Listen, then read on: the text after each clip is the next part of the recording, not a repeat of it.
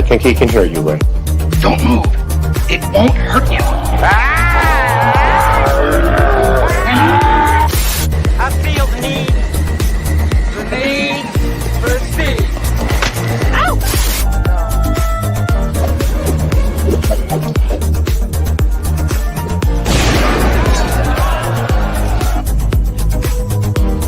So together we're the Three Amigos. Right here. Stop. What happened? Are you okay? He slimed me. Is it getting hot in here? Is it just me? No, go past this. Past this part. In fact, never play this again.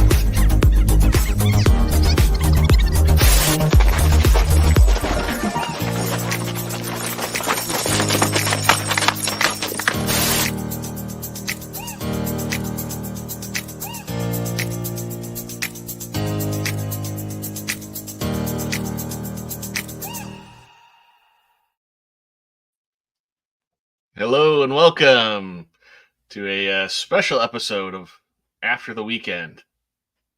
Special indeed. Yeah. I am Art of the Icky, and I'm joined by my fellow co-host, BeardOfLiberty.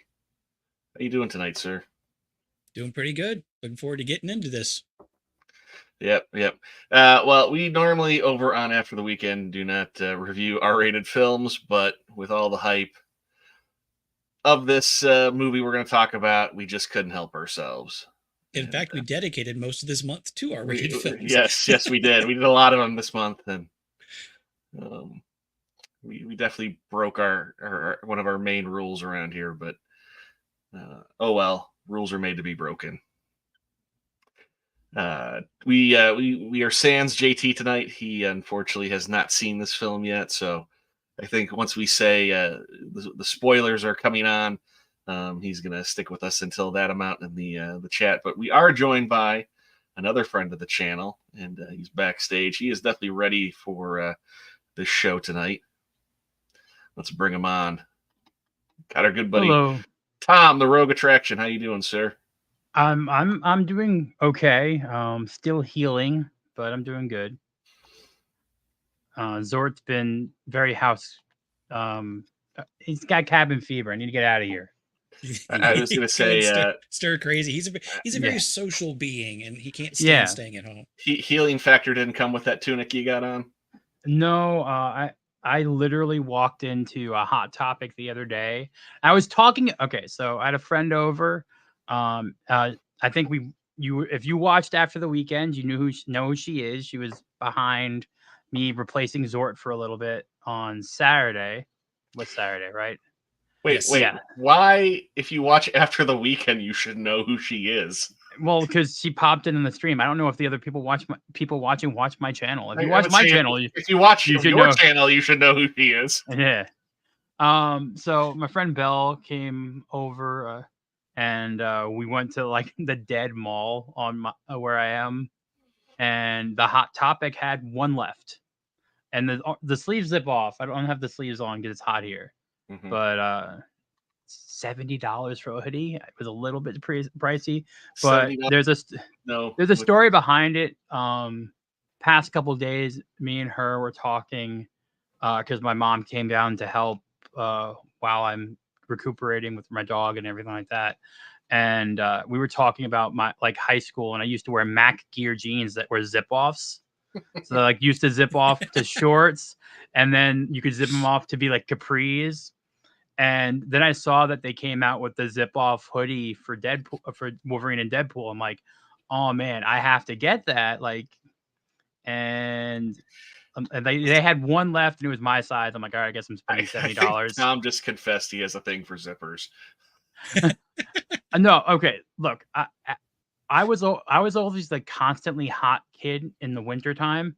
So I would have the pants on beginning of the day. By the time I left home to go home, I'd be in shorts. I'd just zip them off, put the things in my bag, walk home. It'd be 40 degrees out or 30 degrees out, but I'd still be warm. I don't know why. I was just weird. I'm the same way, but I was just the guy. I just flat out wore shorts. I was fine. Yeah. Still do. Yeah, but out where I am, I'm in shorts, in flip flops, in the backyard.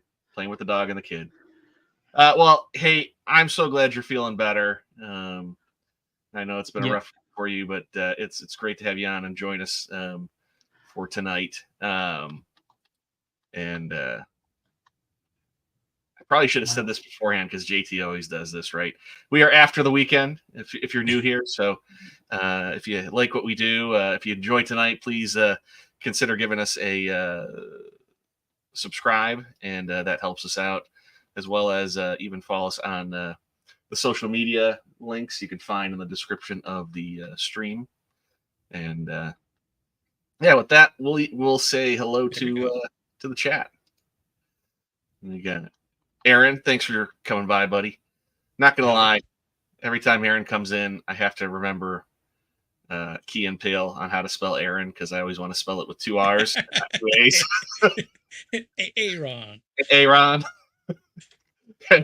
Hey, Ubaldo. Thanks for being here. What's up? And then got my lovely wife, Mrs. to the Icky. Thank you for watching us tonight. We had fun watching this film last Thursday. Couldn't remember. Aaron says 70 is not that terrible. Most of my fact 65. It's boring black ass hoodies. I'm used to getting discounts. I normally only buy stuff at theme parks and I get 20% off. So now it's like paying full price for something just. If it doesn't have a zipper, I send it back. The weird thing is half of my jeans are button only jeans. Like they only have a button fly. Stop describing your crotch to us, Tom. I got them from H&M. I don't know. Like someone said they were fashionable. I'm like, okay. I don't know. Maybe go on. Right. Beard that look. This movie does have a little bit of like, homoeroticism to it. It's a lot of it might be Marvel's gayest movie. Like if you really want to think about it. Like if you think like I'm just saying, there's some fisting, there's some kind of that opening credits. Yeah. Goes some things go bye. Okay. Well, it's this is not a family friendly stream tonight. Just be warned. Not at all. So we are going to spoil the crap out of this film. So if you have not seen it yet, do we, before we launch into spoilers, do we want to give just like our one sentence, like if we liked it or not, just for anybody who here before they jump ship, kind of like if they haven't sure, heard our opinion quite yet. You can give if you like it or not, and you can give if you want to give a quick little simple review. That way, that way we don't have to necessarily everybody just jump ship right away. So maybe we can give a little bit of information before we start. Sure, no, that's a good idea. Tom, we'll let you go. Reminder, Tom, short review. Okay. Well, if you watched my short for it, I gave it 9 out of 10 Zorts. It's got heart. It's charming. It's got great action set pieces and brings back my favorite Marvel character ever and the first Marvel movie I ever watched. And there's only going to ever be one of them. There we go. All right. Beard, how about you, sir?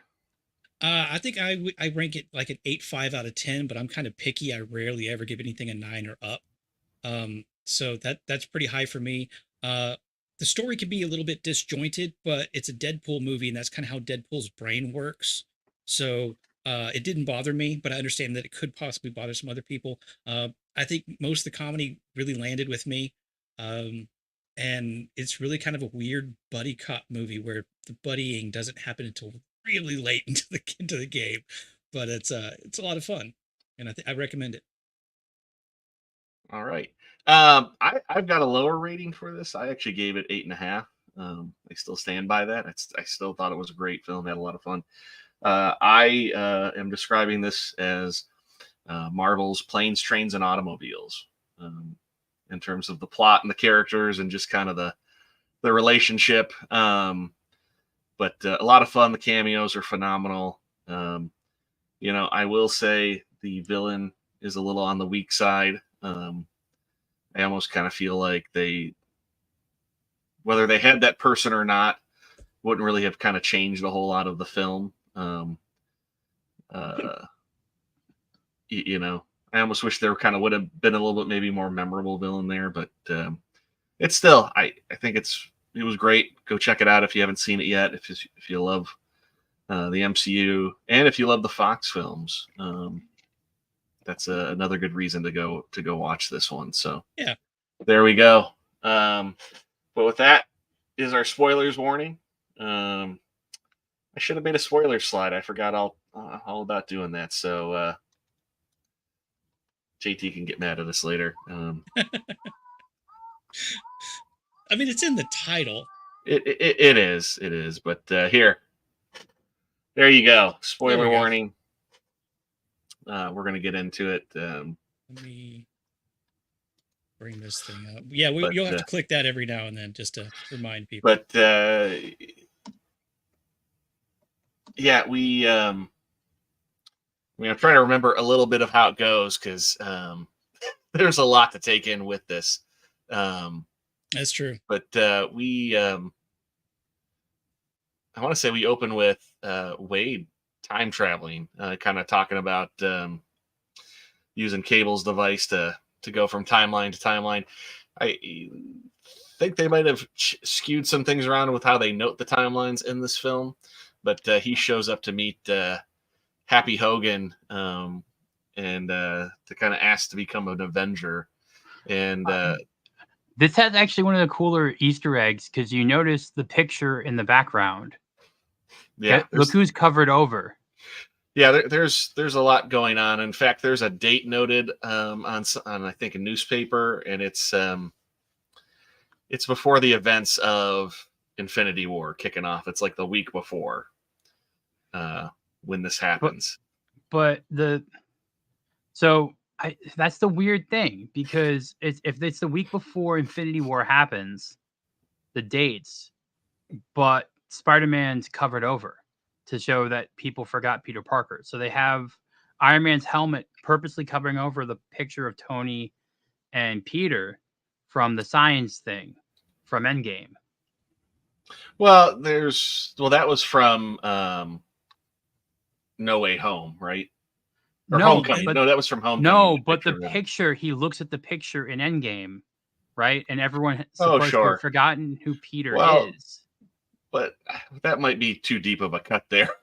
I just took it as they brought back Bye from X-Men 2 when they're driving in the car. But I'm just saying, I took it as just it's a nod to that moment because they also show the helmet that Peter Parker wears as a kid when he's about to stop one of the what is it, the drone Whiplash characters. Was that confirmed that was supposed to be Peter? I don't know. Yeah, Kevin Feige has confirmed that now. That is. No, I mean, he may have said that, but that kid grown up is at the end of Endgame. No, that's not. That's the one from Iron Man 3. No. Oh, Iron Man 3. He has now said that has now become Peter. In the MCU. I mean, at the time it wasn't. It was Jon Favreau's kid playing a kid in the film, but that kind of rumor fan theory he has now made. Well, I mean, that's all kind of so. Okay, but I didn't pick up that it was supposed to be before Infinity War when he met with Happy. Yeah, because on the desk is that. Oh wait, no, that's from Iron Man 1 when he switches out the reactor. Never mind.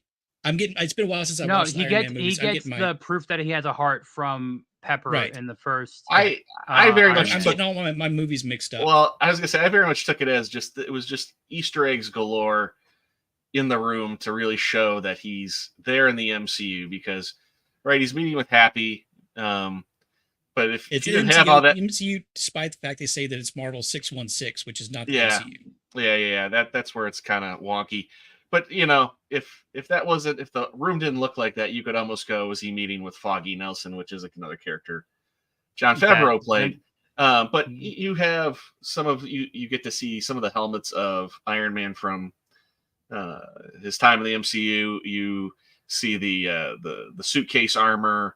You see it's before Tony dies and it's on the little floating thing at his funeral. You see if Tony Stark had a heart, you see the perpetual motion model in the background, that weird one with like the that's made out of like the sticks. I mean, I just thought you also see the Mobius thing. You see a version of the Mobius there strip that he is was there, using. you see a version of the Mobius strip. I didn't see that, but I read about that later. But again, I think those are all really nods to him. And even then too, he's like, do I get to meet the man? He's like, or does he not make cameos like this anymore? I mean, I think it was all just a big tongue-in-cheek gag towards Iron Man, Tony, and Robert Downey Jr. was really what was going on. I think that's why you see Robert Downey Jr.'s picture, but the kid who plays Spider-Man, I can't think of his name right now. Tom Holland. Tom Holland is covered up because the scene is all about Iron Man and Robert Downey Jr. It's not about Tom Holland. The only reason I brought that up is because you hear, like, I'm trying to figure out what was cut, where you're having him going swip as Spider-Man later on in the movie. That is a nod to Tobey Maguire's Spider-Man, and when he's trying to learn how to shoot his webbing. So they put a But nod you're into ahead of us, Tom. So he tries to become an Avenger. He gets rejected, and 6 years later, we see he's no longer Deadpool. He's now working as a used car salesman at like a CarMax with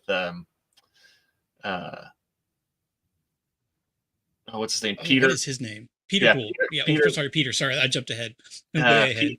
Peter, Sugar Bear from Deadpool 2.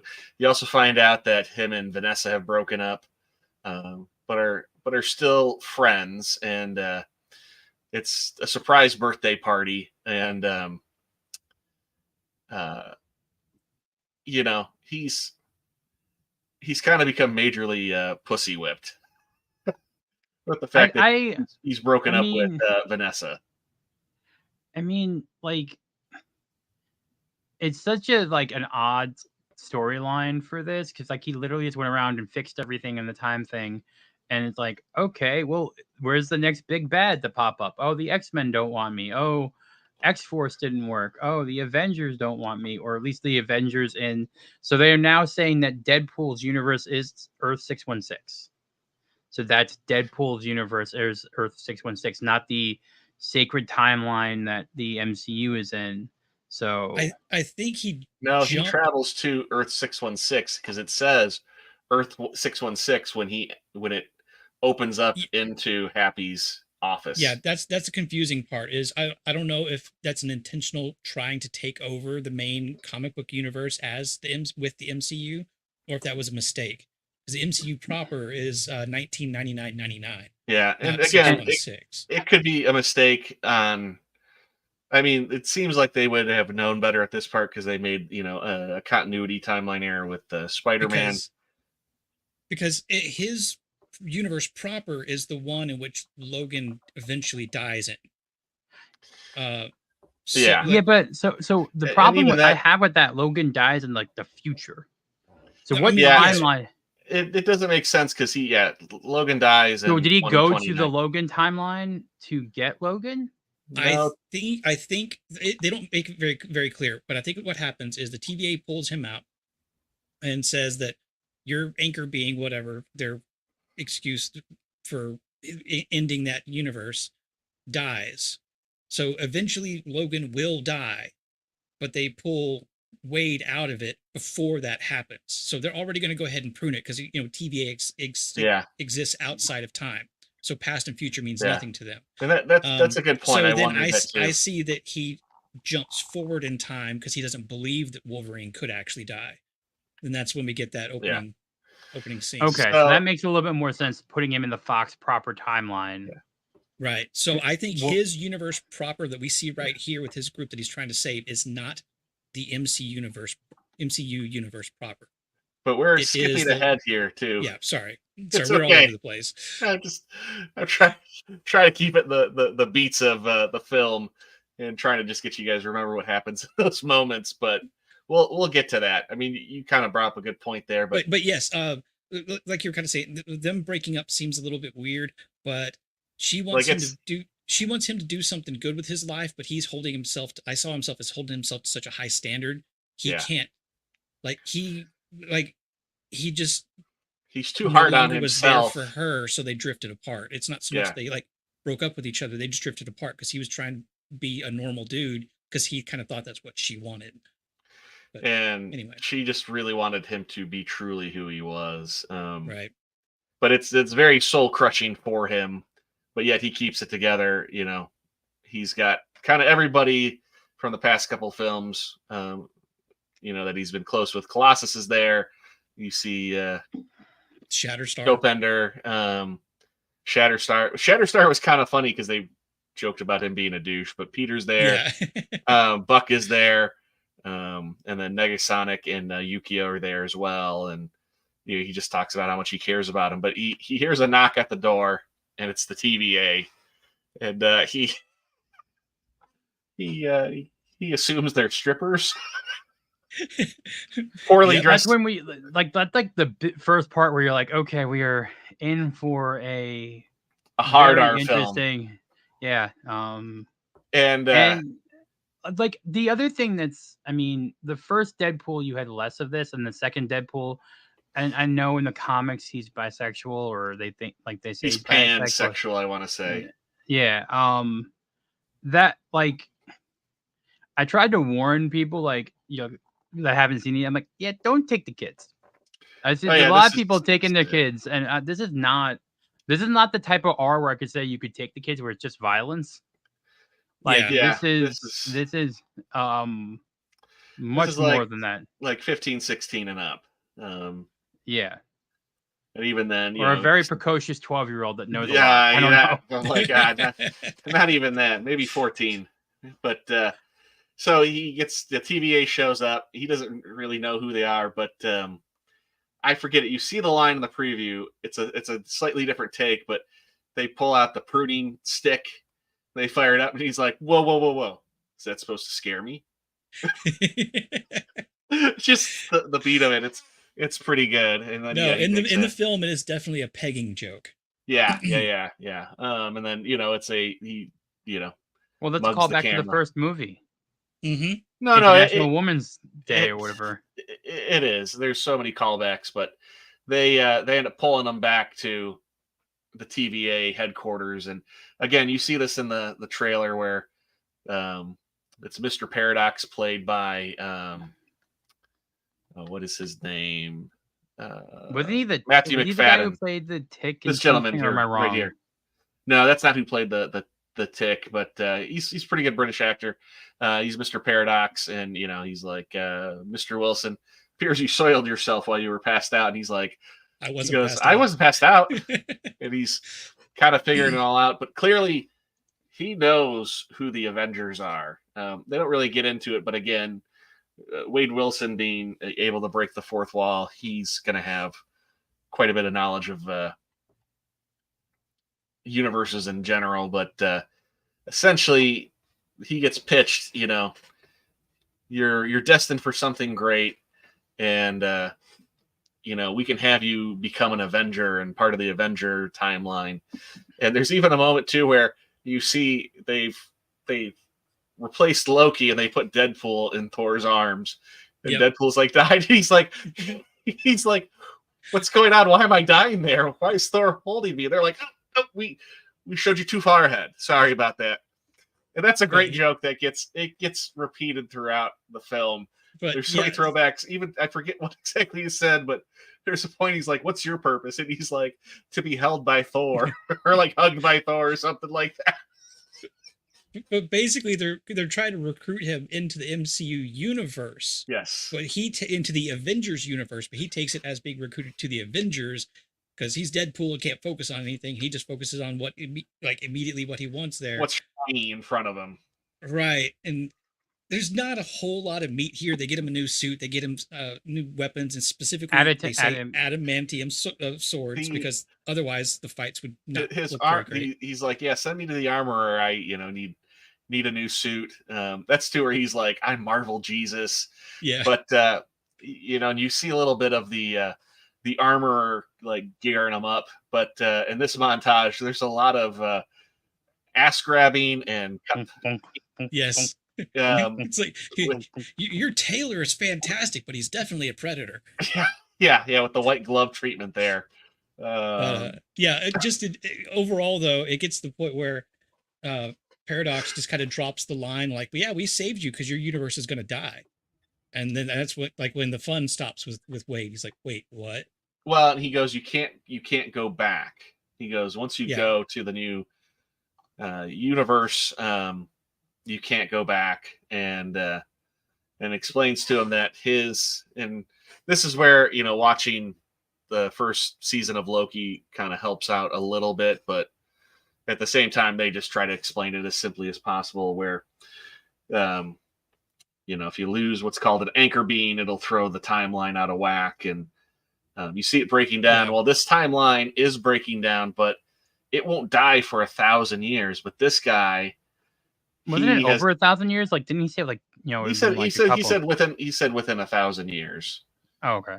He made it essentially implied like in 1,000 years from now, then it'll die. Yeah. But he's like, he goes, I just want to pull the plug though, and just nip this in the bud now. And so this is a kind of a roundabout way to just kind of explain what the TVA is doing now that they're not quote unquote pruning like unofficial timelines, is at least what Paradox makes it sound like is that they're pulling out useful beings from timelines that will eventually die and just getting rid of them now so that they can move those beings into timelines that will continue on in order to like bolster them. Similar to like what you would actually do with a tree, which oddly enough is actually pruning, because you trim off the stuff that's going to die so that energy can be put into what's going to live. Well, even to like, makes me think of like selective breeding. You're right. Sick and the lame. You're not going to do anything with them. You're just going to delete them. And, the healthier, you're going to have that continue on. This TVA obviously Wade doesn't take too kindly to his happy little family group just ceasing to exist. Yeah. I do like this version of TVA a little bit better, because the TVA in Loki is very much like a fascist organization. Whereas this version is far more like a corporation is the better way to describe it. I feel like it's, well, you notice also by getting rid of all of the like Kang colors, like they tried to get rid of anything related to Kang in this at all. It's a little bit brighter. It is not so sterile. But it's like you've got the suits that are the higher ups, you've got the lower level employees, and then you've got, the armed guard, or kind of like the three different groups there in the organization. But he doesn't take too kindly to it. He finds out that his anchor being is Wolverine. So in Wade's mind, he just goes, okay, I just need to go get a Wolverine and this will fix everything. And I will save everybody. And he smacks the little PDA out of Mr. Paradox's hands, and he time travels to the end of Logan, where Logan has been buried.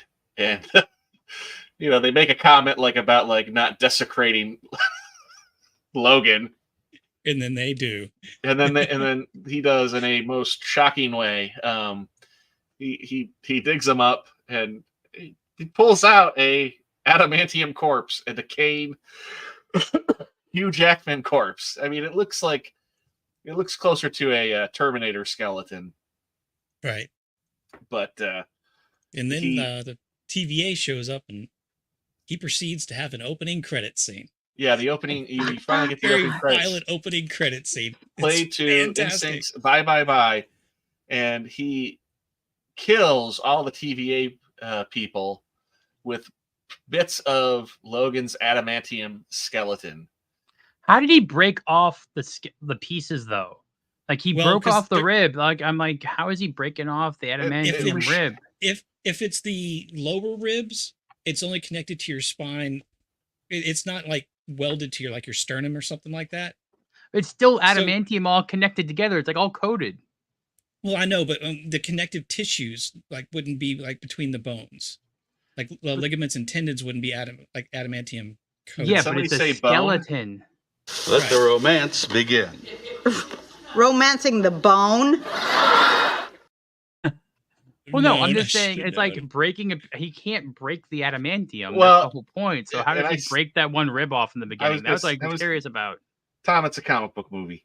We right. should also skip over too. He was like, no way, Wolverine's dead. He's like, he's regenerating down there too. That was his other thought process too. And then he it looks like Tales from the Crypt. yeah throws a fit, but he even ends up taking off Wolverine's claws to spoof. What isn't it like Wolverine pool? And he even uses that. It's pretty good. But from that, he starts jumping around looking for Wolverine variants to bring back. And this is like the real big start of the cameo scenes. I'm trying to There's think some of how great many comic book covers they go through. In this. Yeah. So the very first one is the best. I almost want to say, where he shows up in a bar, and it's Hugh Jackman, and he gets off the stool, and it's an accurate 5'3" Hugh Jackman, accurate Wolverine height. It looks like a baby. It's really short. It's I super feel like short. I feel like there's also a double dig because I was reading some people say like there's a double dig on Snow White too, like a little bit of a dig on not having. Oh, I wouldn't have taken that at all. But just everybody right has talked. Hugh Jackman's just too tall, that for playing Wolverine. And just to see him finally at an accurate height, he looks, not gonna lie, he looks ridiculous there. We see a Age of Apocalypse Wolverine, which I thought was pretty cool. Missing the hand. That's nice. Yeah, missing the hand. And when I first read about that, somebody described him as a glam rock band Wolverine, and I was like, what? I was like, when did he become like a Ninja Turtle figure where they made all sorts of absurd variations? The old man Logan looked great. Yeah, they actually did a comic book accurate old man Logan with the hat, and Deadpool shows up to the cabin. He gets shot with a shotgun by him. There's a lot of good, yeah, we see Patch. Quick visits. A lot of people thought it was going to be somebody else playing Patch, but it is Hugh Jackman. He looked great as Patch. I was like, oh yeah, how fun of a a storyline to have seen that would be. Well, not for nothing. I mean, you could take Patch and put him in Fantastic Four, like that timeline, that period, and stuff like. I'm just saying. Sure. No. I mean, you're absolutely right. We get a brown suit Wolverine, which was great, and he fights the Hulk, and they kind of recreate the cover of Incredible Hulk 340 where Wolverine fights the Grey Hulk. Sadly, it's the Green Hulk in this one, but still very cool to see. One of my most favorite covers of Wolverine of all time. And then we finally get, as he's affectionately called in the film, the Calverine. We see Henry Cavill as Wolverine, and he looks phenomenal. He's got the tank top on. He is jacked. I mean, he almost, I was going to say, I mean, he looks bigger than Hugh Jackman. He does. If he was shorter, I would say, yeah, great casting, but he's pretty tall still himself. He's actually shorter than Hugh Jackman, technically. Oh, really? But he looks monstrous, and he's working on a motorcycle, and he knocks the hell out of Deadpool, knocks him through a portal, and it was great. I almost kind of wished he was going to come back. It was such a great cameo, and then finally he ends up at this bar with this Wolverine,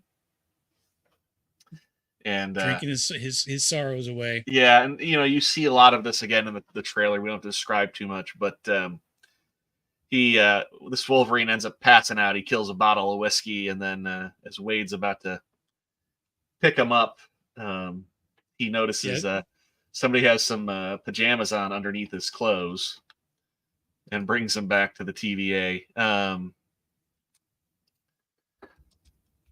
And he gets him back to the TVA, and he's like, "This is the worst Wolverine ever." Now, Tom, you want to get into what happens with that? Oh, the whiskey dick of the claws.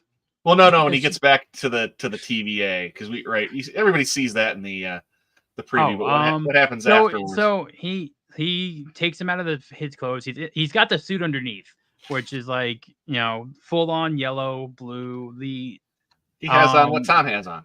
Yeah, he has the sleeves.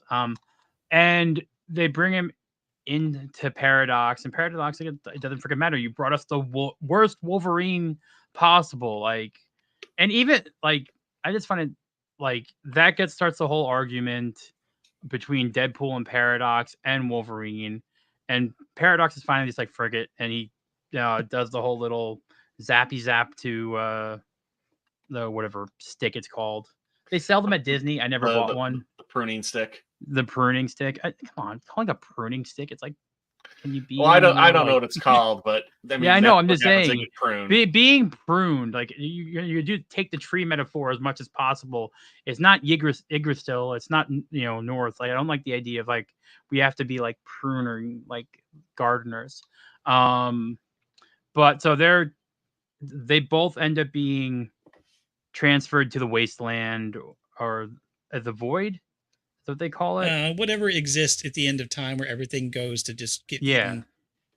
And that's where we start getting the cool cameos, in my opinion. Like so they're there, they're arguing, they're fighting, they have their little fight in front of the 20th Century Fox logo, which is a nice little callback or little Easter egg there.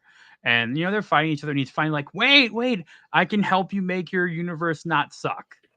Pretty much, I can bring them back, which is a complete, or in his view, not a complete lie. It's an educated wish. I like that. Yeah, and that's when we get to see the Mad Max Fury Road concept with the Fantasticar and souped up version of Red Skull's. Well, before we see all that, who shows up? Well, that's the coolest thing. The theater I was in, I saw it Thursday. Everyone thought it was Cap. Like, everyone thought, you see Chris Evans come down. You hear the music. Yeah, you see Chris Evans come down, and even Deadpool's getting excited. Like, oh my god, it's Cap! And I know in the comics, Deadpool has like a good, like a high level of respect for Cap. Like he does have that high level of respect, and you get the Mirage. I don't know, like their Cassandra's crew, like all the misfit X-Men, like from the Fox universe, you pretty much. Get, just all of the shady dirtbag people. I mean, there's Pyro, there's Sabretooth. I don't like. They didn't get Ray Park back as Toad. I was hoping they would have. Yeah, they have Toad in there, but I have no clue who's playing Toad. And, they have Azazel back there, and it's like, I don't know if that's Jason Fleming playing Azazel. Yeah. Same thing. You kind of see, you don't see an up close shot of her, but you do Lady see Deathstrike. Lady Deathstrike, and that's not. Yeah, I don't think that like Kelly Hugh either. So I think they did. A bunch of those they cut over quickly on purpose, just so you don't think about it. But then Deadpool's amping up, in our views Cap, and then they're gonna be Avengers, and he goes flame on, and it's like, oh come, like that's awesome, Johnny Storm. Now, to me, this is just like, I know they played it for a joke, but Pyro should not be able to take all of the fire from Johnny Storm. Like Pyro is not that powerful. Yeah, and he can't eat like Pyro doesn't eat fire. He just manipulates it. So that's where I was like, wait a minute. Yeah, I mean, it was for the moment in the scene, but Johnny's a far more powerful character. But yeah, he gets defeated by Pyro. He sucks all his flame and makes him crash falls down. And yeah. He should have broken his neck. Let's put it that way. You almost think he's dead. Yeah, I did. Oh, yeah. But then you get the quick Sabretooth and Wolverine fight, which is hilarious in my opinion, because we all know that's how it would actually happen. Like Sabretooth, right. I know he has a regenerative factor a bit, but Wolverine's, if he doesn't hold back. I was going to say, in the comic book, Sabretooth normally is always beating up on Wolverine, and I kind of felt like it was more of the fact because of that, where they just had him. They run at each other, and we see a very with a lot of like the way Wolverine fights in this. It's very feral. There's a lot of like him like running on all fours. Yeah, that was And, an interesting take on his and, fight combat and, style. and a lot of like low fighting attacks. I almost kind of felt like that almost made me feel like it was like a nod to like the Capcom games. Or the first Wolverine video game. There was one that came out in the PS2 era where you were always like a stealth mode crawling around. Oh yeah. And I also think that I wish there was an actual full-on berserk mode in this. Like we never see him go on like the full berserker rage that he would get in the comics, where he literally doesn't feel anything, he doesn't stop, and he keeps going. I wish we would have gotten a moment of that type of berserker Wolverine. Sure. Right. There's I think with what maybe might be planned for him in the future, we might see that. But I hear you.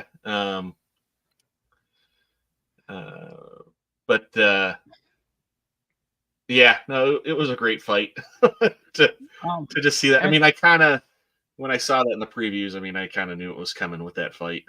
Well, I mean, everyone thought like that was going to be where all of a sudden he's fighting Hulk. Like everyone was trying to say, "Oh, he's going to fight Hulk," and this is just a, Yeah, a lot of people were saying like, Bruce Banner was in the other person in the giant like cage ball.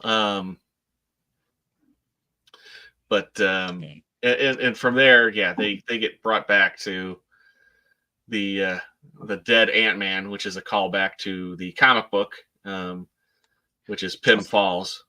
It's also a great joke about Paul Rudd. Like, oh my God, he finally aged. Yeah. Like that's a great fourth wall. Like, all right, I'm sorry, we did cut over the one like first cool fourth wall break in the TVA thing where he grabs the camera and was like, "F you, Fox." Like he literally goes and grabs the camera, smashes it with his head, and "F you, Fox." Like that was. Was it F you Fox or was it F you Disney? I thought. No, it was. I think it was F you, Fox. I'm finally in the MCU. Yeah. Oh, okay. I mean, there's a lot of jokes though towards Disney throughout this film. Yeah. Nothing like when he tells Wolverine, "Hey, welcome to the Avenger. Well, welcome to the MCU. You're joining at kind of a low time. You'll be here till you're 90." Yes. Yeah. But they get brought to the lair of the villain of the film, Cassandra Nova, who is Charles Xavier's twin. And that's an interesting storyline if you've read the comics. Yeah. She tries to strangle him. He sends mental blasts at her, and she played Princess Diana in The Crown. Emma Corrin, I think. Yeah. Well, and then from there, there's a scene of as she's kind of meeting everybody. Deadpool starts essentially tattling on Johnny Storm, saying that Johnny Storm said all this smack talk about her, and it's like really outrageous. I mean, it's totally in line with Deadpool, and you've got Johnny going like, "I did not say that. Did not say any of that." And it goes on for quite a while. It's like 2 or 3 minutes of this, like just insult after insult, and finally she kills Johnny Storm in one of the most gruesome ways. Removes his clothes and his skin, and he collapses into a pile of bones and muscle. Yeah, he gloves his entire body there, and then through that they end up escaping because Goliath shows up. There's a little bit of fighting going on, but I don't know what they escape on a leg. Like it's like a sentinel leg or something. I don't know what the legs. I think that was actually a leg from the Hulkbuster armor. Was it the Hulkbuster armor? Because it was white, metallic.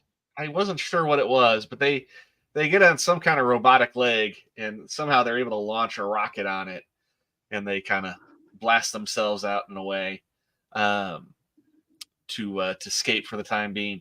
Now, before we continue on, Tom, you mentioned you needed to cut out a little early here. Yeah, I'm sorry, but like this is the longest I've sat. I've been laying down a lot. I've been able to walk, but sitting is actually, as I'm finding out right now, quite painful. Uh, I don't know why, but it is. So that is No a good worries. thing for me to know. So I'm sorry I couldn't stay for the whole thing, but I will say that since we're getting close to it, bring back Wesley Snipes' Blade completely. That's all I'm gonna say. And the movie lets you know that, like, Kevin Feige had to greenlight the line of saying there's only ever going to be one Blade, and that's me. So It was the TV that show. should tell you. Well, I just you know deflated what? Don't Tom. ruin his out. Don't ruin his out. I was gonna. All right, so that I will say he looks good for 60 something. Like he looks better than a lot of the other. Yeah. And the Channing Tatum thing is just hilarious, especially the one line like, "Who do you hire as your dialect floats? The minions." Like the fact that they brought in a universal dig, like I kind of love that, just in a like weird way. Like that also got passed. Like I'm surprised how much got on here in terms of what they were able to say for things. And I think the only person that was probably off limit was Iger. Like realistically speaking, like that must have been the only like, because even when you think about it, they threw that same like thing about Phase 4 is probably also a Star Wars. They made that like, you know, Disney, you guys have been putting some stinkers out. So I'm just gonna leave in the closing remarks of I do believe what Chris Gore has been saying. If you've watched Film Threat, that Marvel has a cleaned house, a clean slate, and they kind of purged a lot of their hires. I do kind of believe that. I do think that if you watched some of the Comic-Con stuff, like I know people are saying the RDJ thing is desperate. I actually think it's taking something that is from two different comic book storylines that exist. So it's not like they're pulling something out of thin air. There is a version. There's Infamous Iron Man where he is Doctor Doom. So like there is a version of this. Besides that, I'm actually kind of looking forward to some things. And I know Scotty Dub brought up Agatha all along. I'm not counting that because even Marvel didn't bring up any of the Disney Plus stuff during Comic-Con. None of it. Yeah. Wow. So they only brought up movies. And I will say I watched the leaked Fantastic Four footage. While I'm not a biggest Pedro Pascal fan, it looks promising. It looks different. The retro 60s vibe looks cool. And the Galactus they showed for the last second of it, it's not a cloud of smoke. It's a dude. Like we're getting a 40-foot tall Galactus or whatever it is. So there's But that. we're not getting Warren Rad as Silver Surfer. Well, it's win some battles, we'll lose some battles. I don't know. Like there's more than one Herald of Galactus. If they wanted to do it, they shouldn't have done the Silver Surfer. They should have done, was it Nova or the version? Yeah, Nova, right? Yep. There's the female Herald that's like all fire, kind of. Yeah. They should have done that. Ex-girlfriend of Johnny Storm. I think I honestly think that Marvel might be on the uptick. I mean, I didn't like Brave New World that much for the trailer, but I'm interested to see Harrison Ford playing a Hulk.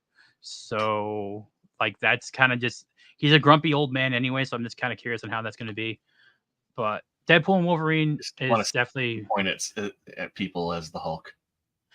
Deadpool and the Wolverine is definitely worth your time, and I do think there's going to be an unrated version that comes out because I know they cut like 30 lines of Kid Pool. That was some of the foulest things imaginable. And that anyone's curious, that's Ryan Reynolds' son playing Kid Pool. And like I think they had a lot of things like Matthew McConaughey is Cowboy Deadpool. Yes. Yep. Like there's a lot of really cool things. I have had somewhere, you guys saw it on Saturday, but you sure you don't want to stay for the rest of the review time? I'm sorry. I'm like now actually about to go take some pain medication, which is no worries, the first. So thank you for letting me have on. I stayed as long as I could, 50 minutes of this, and hope you guys enjoy the rest of the review.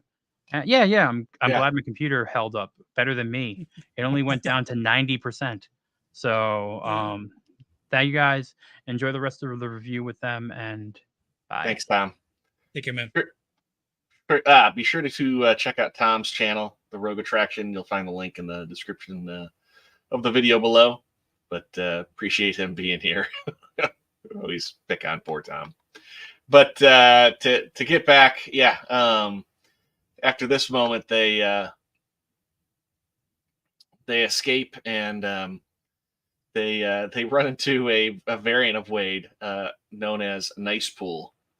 Nice And pool. Oh yes. he's like douchebag with a top knot samurai haircut, and he's got like an earring, but he's got gold plated Desert Eagles that Wade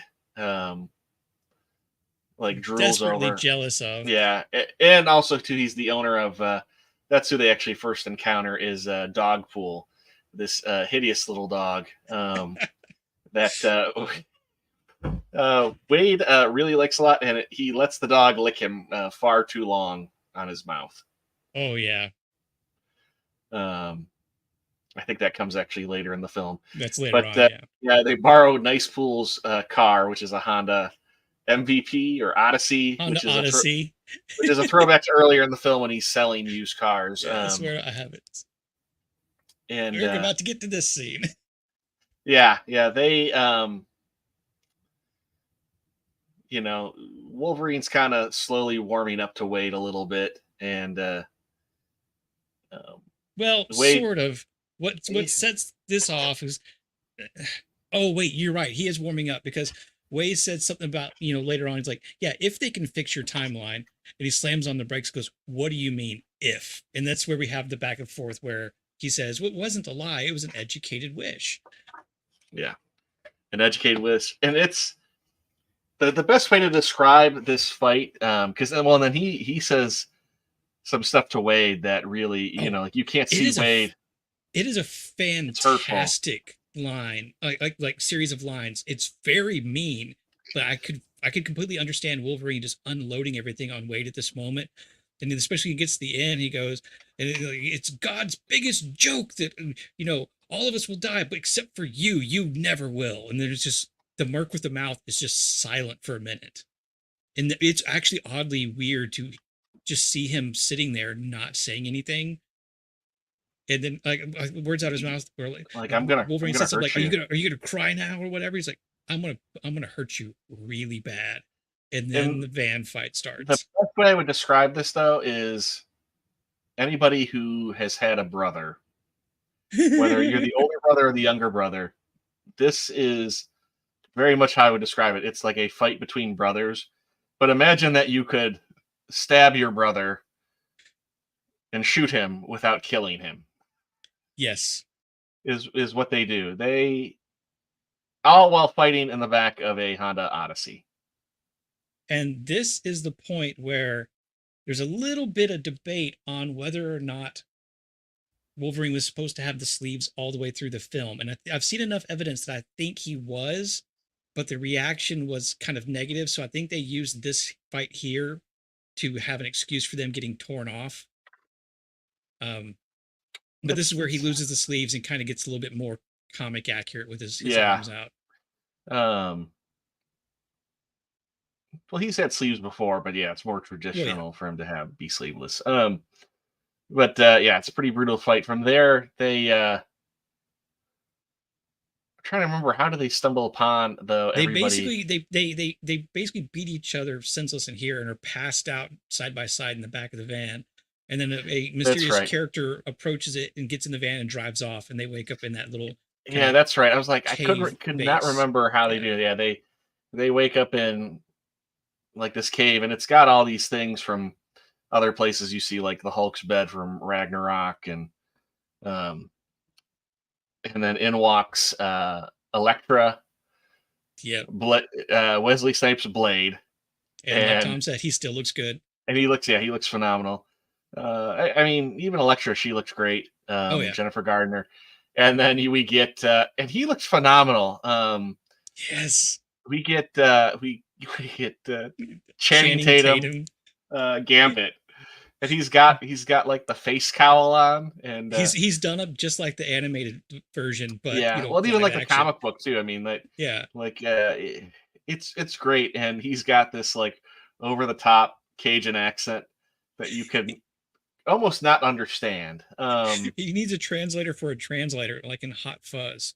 Yeah, And that's something too to mention with like every one of these cameos, they treat them so well with the costume and the look of the characters, Hmm. even with like the real brief ones. Or with their Because even like their mannerisms and everything. yeah, and we They, should they- we they're forgot not to disrespecting the characters. we forgot to mention with because I knew Tom had to go and I was trying to move things along, but back with Cassandra Nova, we see like X-Men 3 Last Stand Juggernaut. It's not Vinnie Jones, but it's the same Yeah. costume.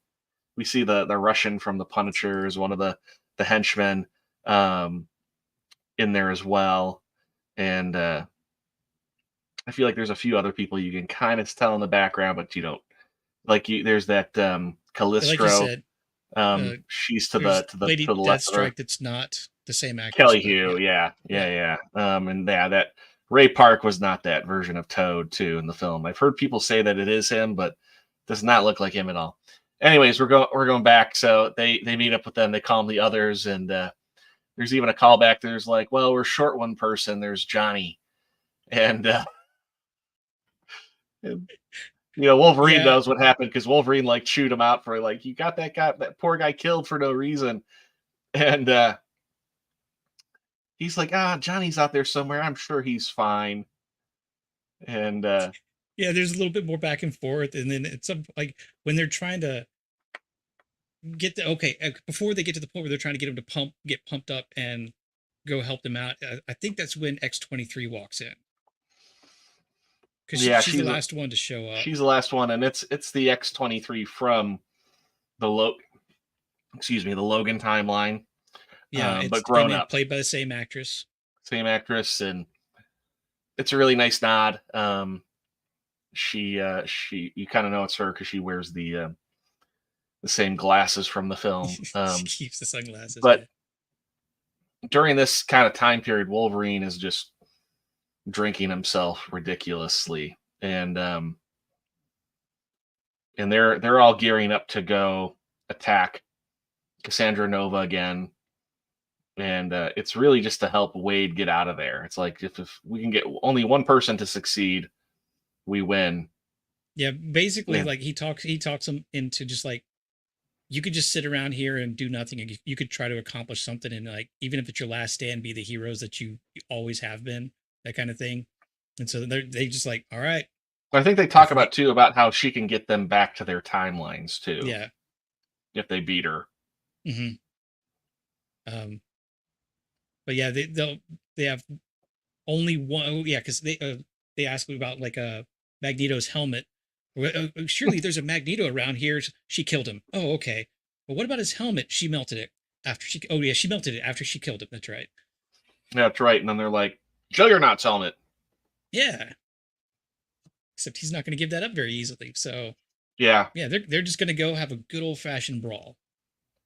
It is. It's like a one shot. But they're trying to get Wolverine to join. He wants nothing to do with it. Yeah. And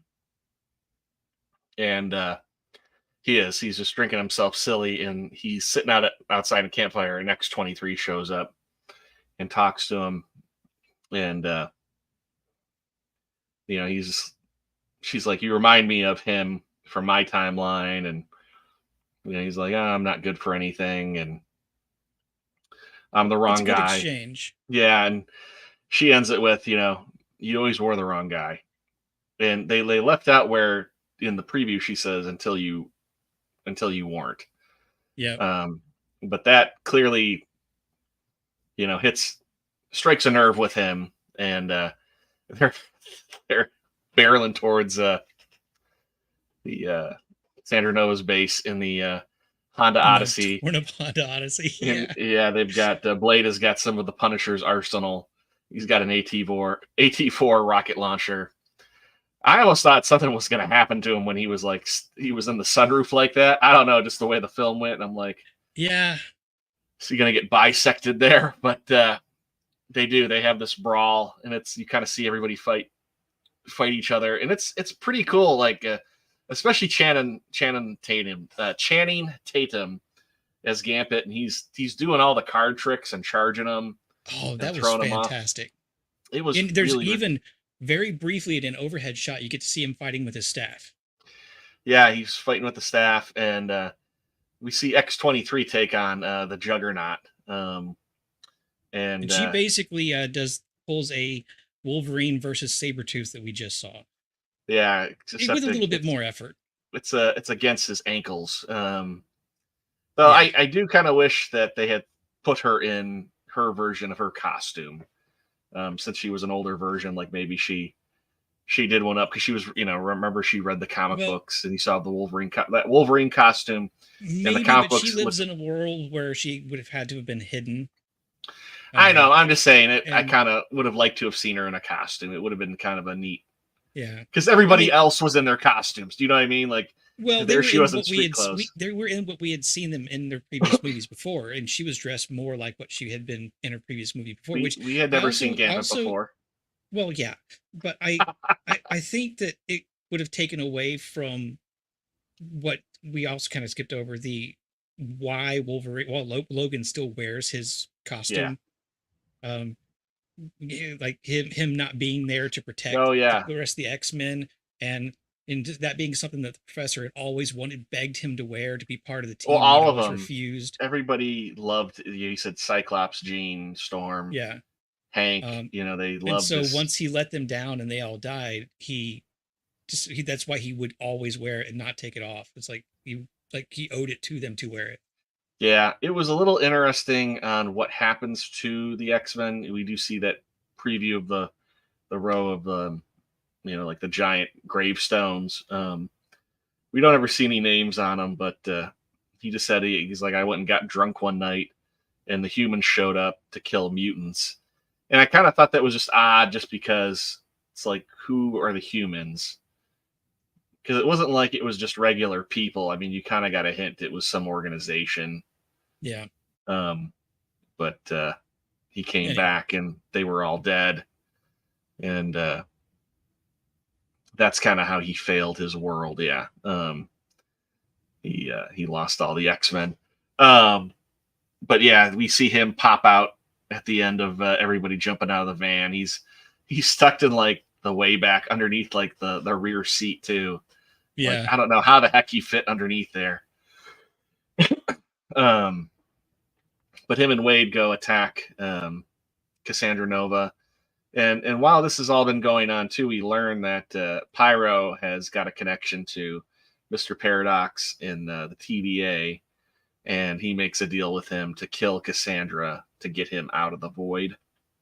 Yeah, because basically he was there to make sure that she stayed in the void and basically get rid of anybody who could potentially be a problem, so that Paradox could keep working and doing his own thing. Kind of like he's like middle management and is trying to like basically take over the company without anybody above him realizing that he's acting outside of his duties, like actively trying to destroy universes to make it the way it used to be. Yeah. But yeah, that's when we find out that Pyro is the inside man. Yeah. And during the fight, she takes out Deadpool pretty quickly. But her and Wolverine fight, and you see a lot of it where she's manipulating his claws and arms, and that's where we see the whole graveyard scene. And she gets inside of his head, which the effect is really cool because it makes it look like her hand is like under his skin and like coming through his eyeballs. And she's got to touch people's brains to read them, unlike Charles, where he can just use his mind to read your brain. So it's a lot more menacing. And during that period, Wade ends up grabbing the helmet from Juggernaut and throws it on top of her. And well, X-23 got it, and she throws it up there. She was running up the mask to get to the eye socket that's acting as window from Giant Man, and that's when Toad grabs her and pulls her off, and she throws her backpack up there. Yeah. And then that's when Wade gets back into the room, and Cassandra Nova's inside Logan's head. She's kind of doing her weird thing, and then everything just starts kind of going nuts around her, and she's losing control. And it pans back to reality, and Wade has slammed the Juggernaut head on top of her. And they got her, and they're like, "You're gonna do this, or we're gonna kill you." And she's like, "I don't care." She's like, she's like, "You better kill me," because she's like, "Once you let me go, I'm gonna kill you guys." She's like, "You have to let me go because I can't send you back with this thing on my head." Yeah, it's kind of like a stalemate. And then at that time, Pyro comes in with a gun and shoots her a bunch, and she's dying. And so he kind of runs out of the room, or he gets knocked out too. Don't they like throw like Juggernaut's helmet at him? No, at that point? no. I don't know exactly. I don't remember exactly what happens to him, but she's proven already that she can heal. So she's their only way out. So she can't heal with the helmet on her head. So they have to take the helmet off so she can heal. But as soon as they take the helmet off, she says she's going to kill them. And Wade is basically just saying, well, we're just going to have to let her die and figure something else out because we can't take the chance of dying here, not having a way out. And then that's when Logan steps up and does the right thing that, he never really felt that he did when he was actually a member of the X-Men that are of his universe that are gone. And he makes a pretty good speech about this is what Charles would have wanted. If he knew you existed, like talking to Cassandra Nova, he said, if he knew you existed, he would have, crossed heaven and earth to come find you. He would have loved you. Yeah. So he makes a moving speech and basically tells Wade, let her go and take the helmet off and takes and a chance. it does move her a little bit in the moment. And she pulls out a sling ring that has 2 infinity stones on it. It's got the time and reality stone. And she talks about a magician. An amateur magician, she said. An amateur magician, yeah. So she makes a reference to Doctor Strange, and she opens up a sling ring, and they jump through it. And the other heroes that were there, the cameo characters, get to see them succeeding and jumping into that portal. Even though they're completely surrounded and they're going to die, even if Alioth wasn't the big smoke monster from Loki, if anyone doesn't know. Yeah. Even if he wasn't going to show up to basically nuke them and erase them from existence. Yeah, that happens. So then they end back on it's Earth. It's Deadpool's universe. Yeah, it's Deadpool's universe, Earth 10,005. Yeah. And and that's the other thing too. We kind of skipped over this. The Paradox created this thing called the Time Ripper to prune Wade's universe quicker instead of letting it go for the 1,000 years. So he's got this thing finally set up, and they show up to try and stop it. At that time, Cassandra learns Paradox plan through Pyro, and then she kills him. Which is funny because she's like, I'm going to have to hurt you. He's like, no. I'll tell you. You could have just asked. Yeah. It was pretty good. You could tell that I think his name's Aaron Sanford, who plays Pyro, was really thrilled to come back to that role. And had a good time with it. But she comes back, and she brings with her, and we get kind of a nod to this in the void from Nice Pool. There is he calls them the others.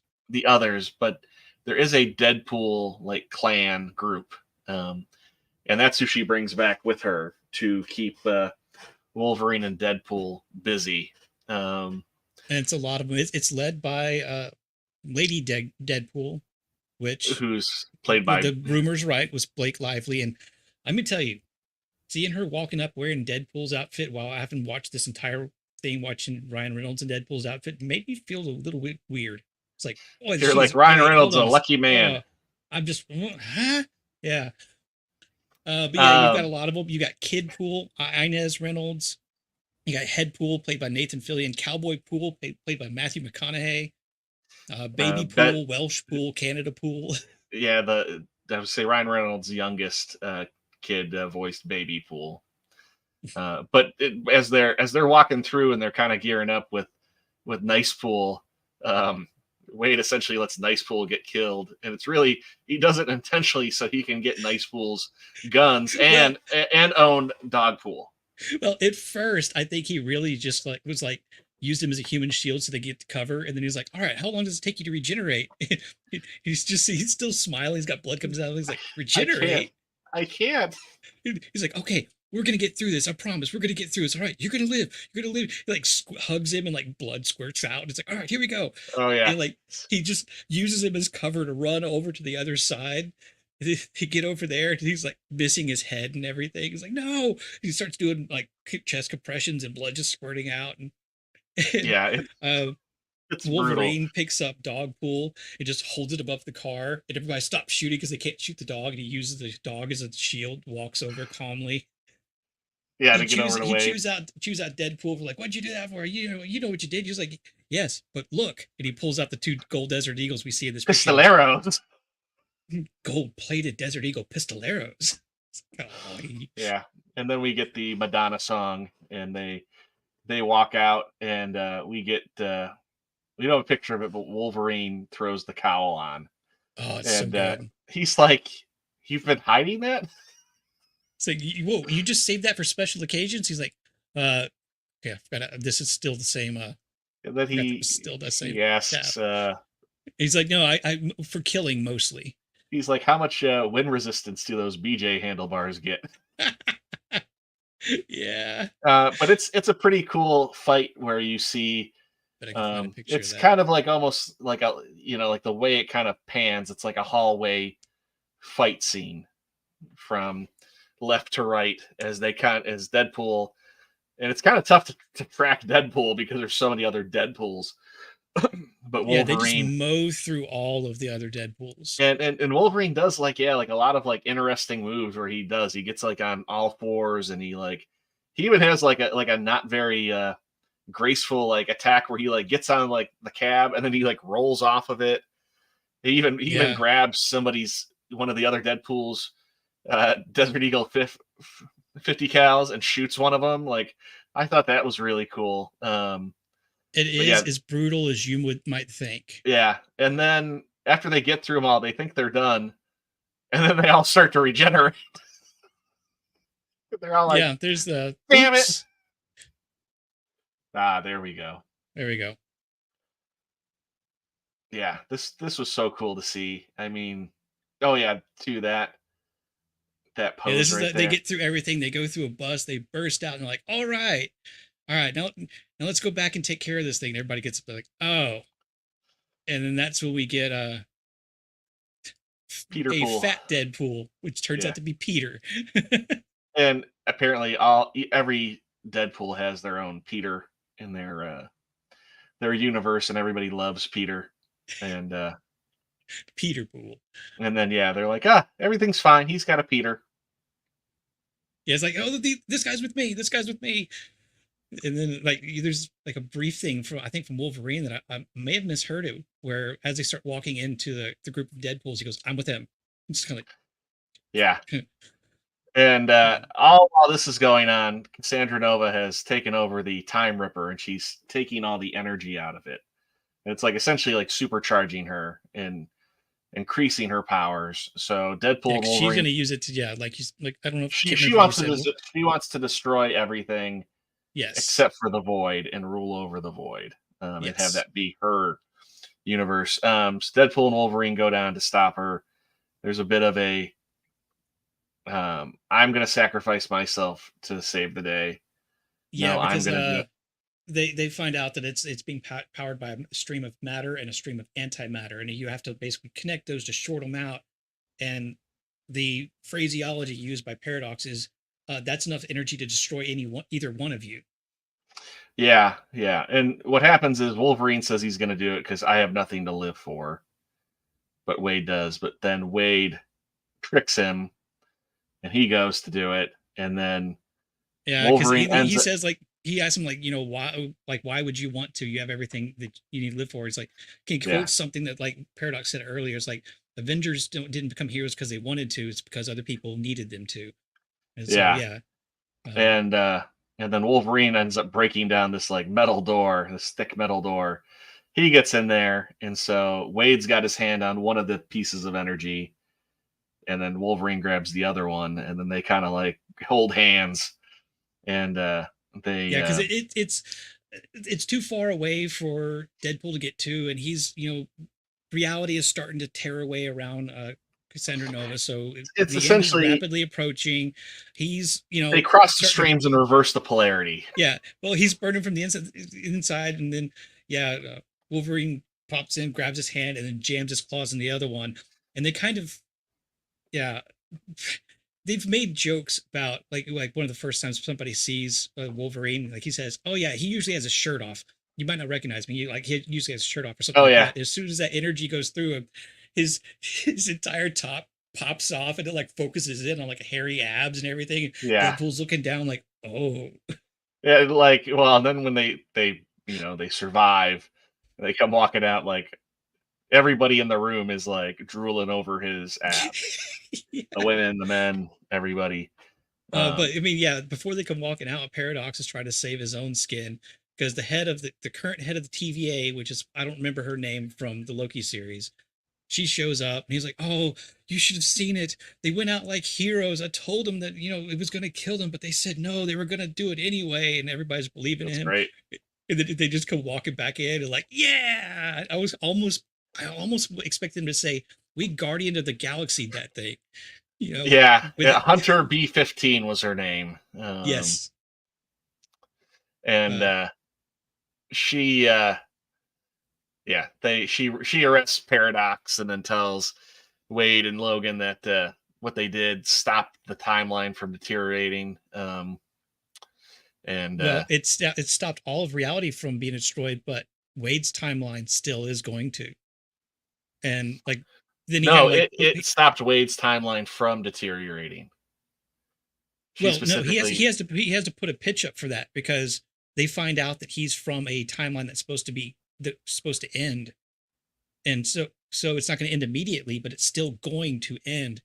And so like he kind of makes an argument like, "Hey, this, that, and the other, couldn't we kind of do something about this?"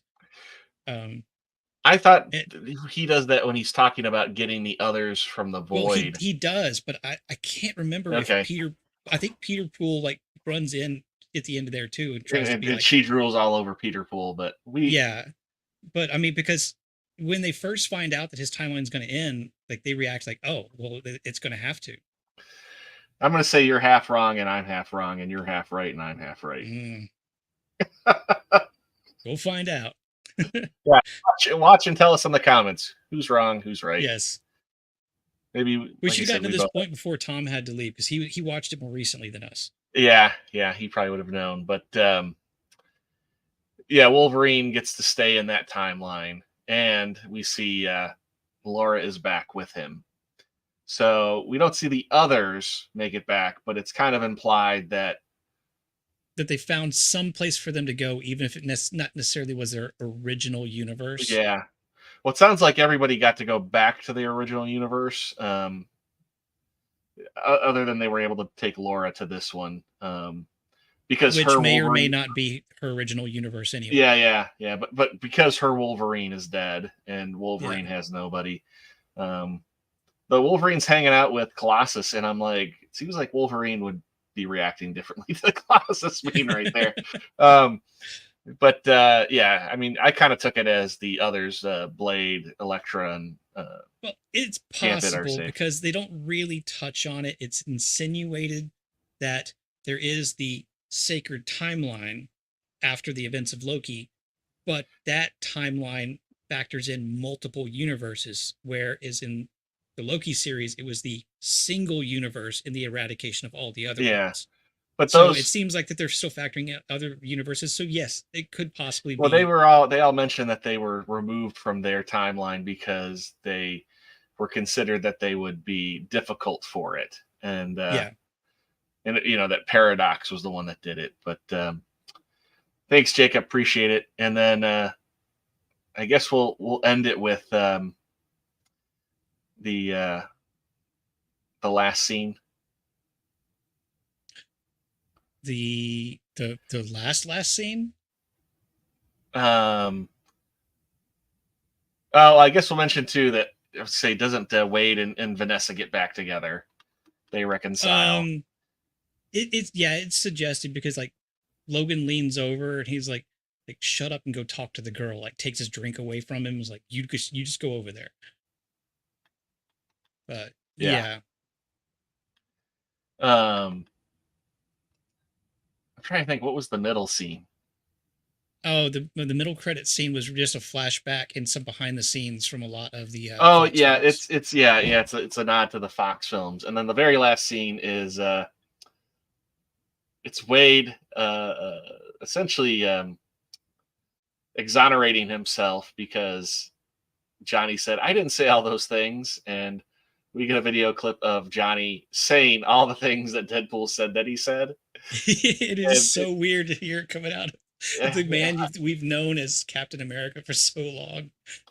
yeah, you can he's genuinely saying them, but you can just tell there's a little bit of um like he's cringing at everything he's saying too. Like, oh God. Um, but no, it was fun. This film doesn't fix the MCU in my opinion. No.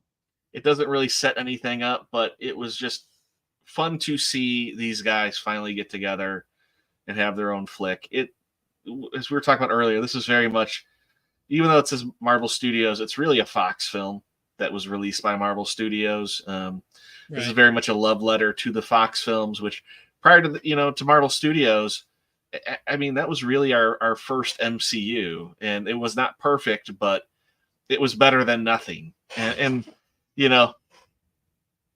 I would say only like a quarter of those films are really like great films, and the rest are like, yeah, they're all right. And then, there's another group of them where I'm like, these are pretty bad. But you could tell it was very much, it was a love letter for these guys who worked for Fox for so long, kind of saying goodbye to that universe. Right. And so I'm going to save doing the official after the weekend review until maybe I don't know if we want to wait till as long until like JT has a chance to see it. This was my review, as I gave it an 85%. And I would have been the same way on it. Too. That same way. But at the same time, there's been some people who have kind of been on the flip side where they still rant and rave about Ryan Reynolds and Wolverine, but they don't like the fact that it's a weak villain. They don't like the fact that it really kind of goes anywhere, because most of the MCU films don't. But I think if they tried to go anywhere, I think that would have been too tough. I think just setting them up in this way now kind of leads a little bit easier open as to how these guys might get to where they end up at, if that makes sense. Well, this has been definitely very different from what we normally do. Kind of off the cuff, just kind of running through it. But I did look up the first weekend numbers for this. Okay. See, for this weekend, its first full weekend, it grossed 211 million in just the U.S. alone. It puts it top. And didn't it break Deadpool's record of the highest grossing R-rated film? Yes, it did. I've seen. Let me see here. Like, for example, Twisters has been out for two weekends, and has made a total gross of 154 million. And in just one weekend, Deadpool and Wolverine blew that out of the water. Yeah. The only thing, they almost got up to Despicable Me 4, which has been out for 4 weeks. And the worldwide box office for this is 444,500,000, which puts That's amazing. It at number 6 worldwide for 2024. Yeah, I'm sure it'll go up a little higher in that placement. It's for sure. actually expected to possibly hit 1 billion. I could see it, and I mean, this does hopefully Marvel looks at this and goes, right, giving comic book accurate versions of characters that we like and love. Well, and not only that, but some of the other characters too, that how excited people are to see them, that hopefully that kind of kicks them in the butt to where they need to go. we can't go too much longer than this. As much as I'd like to talk about Fantastic Four and everything. Let me just give my 2 cents Sure. on what I think they might take from this, and then we can wrap up. I like your optimism. I can't get there. I think that they're going to learn the wrong lesson. They're going to go forward with hyper violence and over the top humor, which works with Deadpool. But just because you make Blade hyper violent, if you don't write a new Blade film true to the character, it won't make a difference. Or if you put a bunch of comedy in a Blade film when Blade is not really a comedic character, it will make it terrible. I don't think they're going to learn the right lessons, but I hope I'm wrong.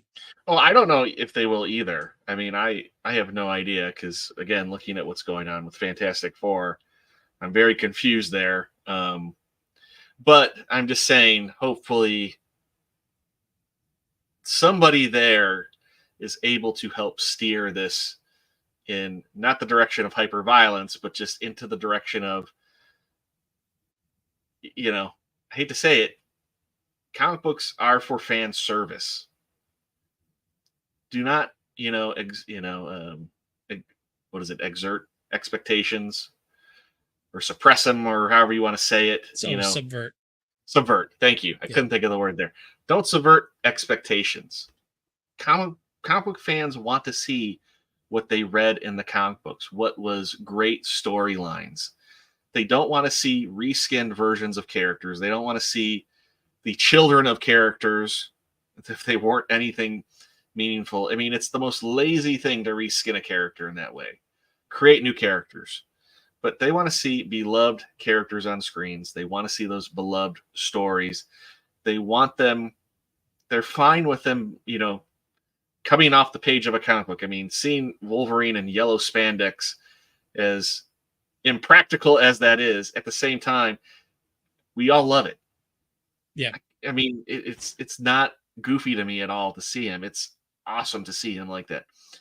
But yeah, respecting these characters, I mean, it will fix a lot of things if they do that. But who knows? We'll just have to see what happens. So it may, maybe they can get back on course. Maybe it'll just be the occasional good moment like this, but a lot of things just may go back to being mediocre, and that's the status quo. Who knows? We'll see. We'll see. But Beard, I had a blast with you, buddy. I wish JT could have been here. Yeah. Hopefully he'll be able to see it soon. And we appreciate everybody staying in the chat with us as we rambled on about this. But with that, we're going to say goodnight and goodbye, and we'll see you next week. Take care. Bye. Truck to refrigerators to dumpster, 360 spin onto the palace, backflip gainer into the trash.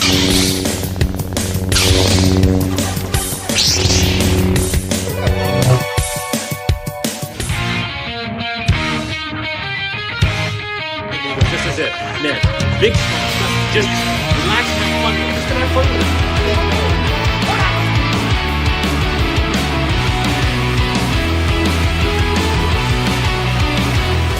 Talking away, I don't know what to say. I'll say it anyway. I'm lucky today. Today's another day to find you sighing away. I'll be coming for your love, okay?